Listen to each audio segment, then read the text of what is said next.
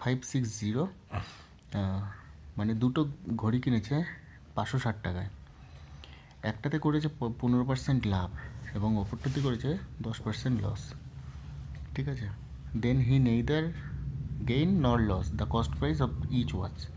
তার মানে 560 টাকায় যে সে ওয়াচ দুটো কিনেছে, তাতে একটাই সে কিনেছে 560 টাকায়, একটাতে কেউ করেছে কি সে একটা করেছে 15% প্রফিটে বিক্রি করেছে এবং আদারটা করেছে কি 10% লসে বিক্রি করেছে। তাহলে এটা 115 টাকায় বিক্রি করেছে একটা, ধরে নিলাম এ, আর বিটা বিক্রি করেছে কততে? 10% লস, মানে 90%। এবার দেখো, যদি এটা নেইদার লস নেইদার গেন হয়, তার মানে এইটা নিশ্চয়ই 90, 9x বা 90, আর এটা 115। এবার অনুপাতটা কত? এটা 90, এটা 115, তাহলেই তো এটা নেইদার গেন নেই নন লস হবে। তা আমি 5 দিয়ে কাটলাম, 5 দিয়ে কাটলে 18, 5 দিয়ে কাটলে হচ্ছে তোমার 23। ঠিক আছে, 18 আর 23, 18 আর 23 যোগ করলে হচ্ছে তোমার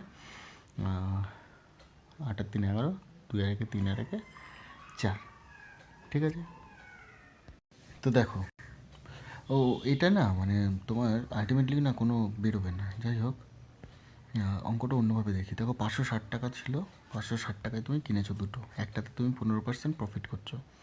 তাহলে আমি একটাতে বলতে পারি 560 ইন্টু 115%, একটাতে প্রফিট করছি আর একটাতে লস করছি। তাহলে 560 ইন্টু 90%, আর অ্যালিগেশন করবো 560 দিয়ে। তাহলে এটা করলে 560 ইন্টু 115% করলে তোমার হচ্ছে, দাঁড়াও, 560 ইন্টু 115% তোমার বেরোবে এটা 644, আর এটা বেরোবে 504।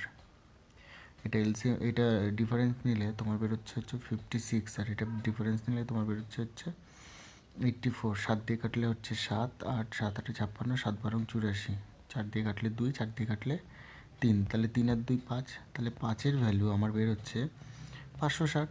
তাহলে 1-এর ভ্যালু কত? 112। তাহলে 2-এর ভ্যালু কত এখানে? 224। আর 3-এর ভ্যালু কত? 336। এটাই হচ্ছে তোমার অ্যান্সার, 40 নম্বরেরটা। এরপরে হচ্ছে 47।